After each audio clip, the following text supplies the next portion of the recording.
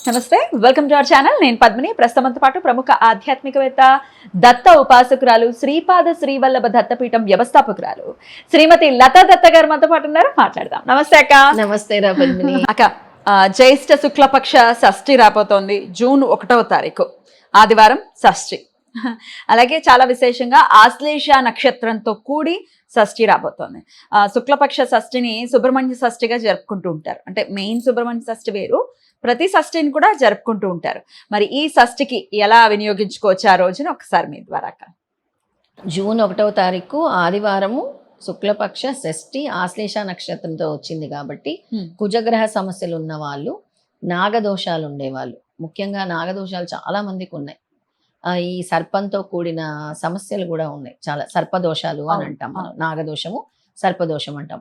ఆశ్లేష నక్షత్రం వచ్చింది కాబట్టి ఆ రోజు ఎవరైతే విశేషంగా ఈ షష్ఠి రోజు ఉపవాసం ఉంటారో, అలాగే కార్తికేయ స్వామి సుబ్రహ్మణ్య స్వామికి ఎవరైతే అభిషేకాలు చేసుకుంటారో, ఎర్ర పూలతో ఎవరైతే సమర్పించటం కానీ, అక్కడ అష్టోత్తరం చేసుకొని, సుబ్రహ్మణ్య స్వామి అష్టోత్తరం చేసుకొని ఎవరైతే ఈ పుష్పాలు సమర్పిస్తారో, లేదా ఆ గుళ్ళకి వెళ్ళటము, అలాగే ఆ రోజు ఎవరైతే ఫ్రూట్స్ పంచిపెడతారో, దానాలు పెద్దలకి, అంటే చాలా ఓల్డ్ వాళ్ళు ఉంటారు, యాచకులనుకో, అలాంటి వాళ్ళకి బియ్యాన్ని పంచిపెట్టడం వల్ల, ఈ ఫ్రూట్స్ పంచిపెట్టడం వల్ల ఆరోగ్య సమస్యలు తొలుగుతాయి.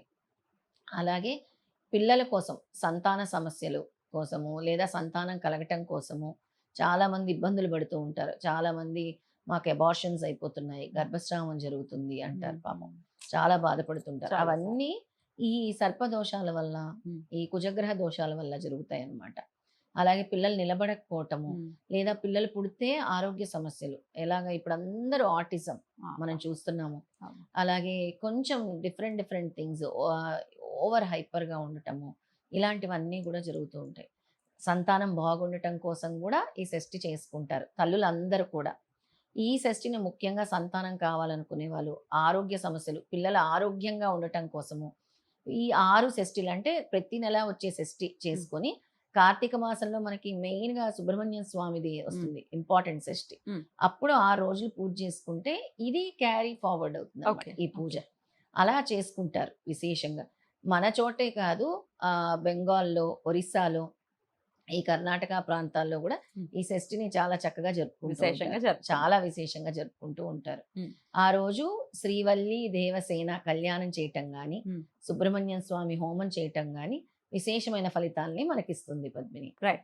ఈ చెవికి సంబంధించినటువంటి సమస్యలు ఉన్న వాళ్ళు కూడా సుబ్రహ్మణ్య ఆరాధన చేయమంటారు, పుట్టమన్ను పెట్టమంటారు, ఇట్లా రకరకాలుగా చెప్తూ ఉంటారు కదా, దాని గురించి కూడా ఒకసారి. అయితే ఈ చెవుపోట్లు అనేవి తగ్గటానికి చాలా చిన్నప్పటి నుంచి కూడా మన పెద్దవాళ్ళు, మన అమ్మమ్మలు అందరూ కూడా వెళ్ళి పుట్టమన్ను తీసుకొచ్చి మనం చెవుకు పెట్టుకుంటూ ఉండేవాళ్ళు.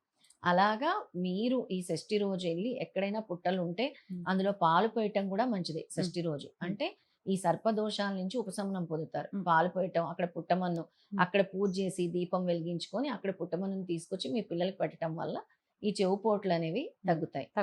ఇంకా ఆ రోజు జపించాల్సిన మంత్రం ఓం స్కందాయ నమః, లేదా శక్తిహస్తం విరూపాక్షం శిఖివాహం షడాననం దారుణం రిప్రోగజ్ఞం భావయే కూటధ్వజం స్కందం షణ్ముఖం దేవం శివతేజం ద్విషుభుజం కుమారం స్వామినాథం తం కార్తికేయం నమామ్యహం అని చదువుకోవచ్చు. ఈ స్తోత్రం కూడా నేను పంపిస్తాను. అలాగే సుబ్రహ్మణ్య అష్టకం చదువుకోవచ్చు. ఈ విధంగా ఉపవాసం చేసి ఆ షష్ఠిని పూజించడం వల్ల, షష్ఠి తిథి రోజు పూజించడం వల్ల ఈ సంతానం కావాలనుకునే వాళ్ళకి ఆరోగ్య సమస్యల నుంచి, సర్పదోషాల నుంచి, పాపం సర్పదోషాల వాళ్ళైతే చాలా అనుభవిస్తూ ఉంటారు. కాలసర్పదోషం కూడా వస్తుందా? కాలసర్పదోషం కూడా వస్తుంది. అంటే గ్రహాలు మధ్య పడేదంతా కూడా కాలసర్ప. ఇప్పుడున్న గోచారం కూడా ఇంచుమించు కాలసర్పంలోనే ఉన్నాయి. కాలసర్పంలోనే ఉంది, అన్ని గ్రహాలు వీటి మధ్యలో ఉన్నాయి. అందుకే ఈ షష్ఠిని అందరు జరుపుకోవాలి కాబట్టి నేను ప్రత్యేకంగా ఈ షష్ఠి తిథి గురించి చెప్తున్నాను అనమాట.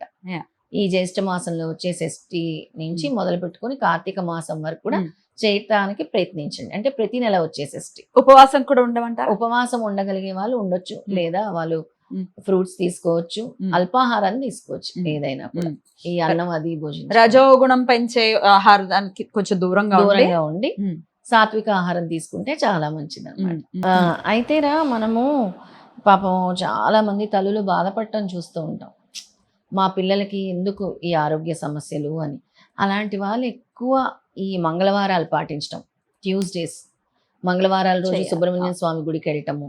షష్ఠి తిథిని మాత్రం కంపల్సరీ వాళ్ళు వదులుకోకూడదు. తర్వాత వదులుకోకూడదు.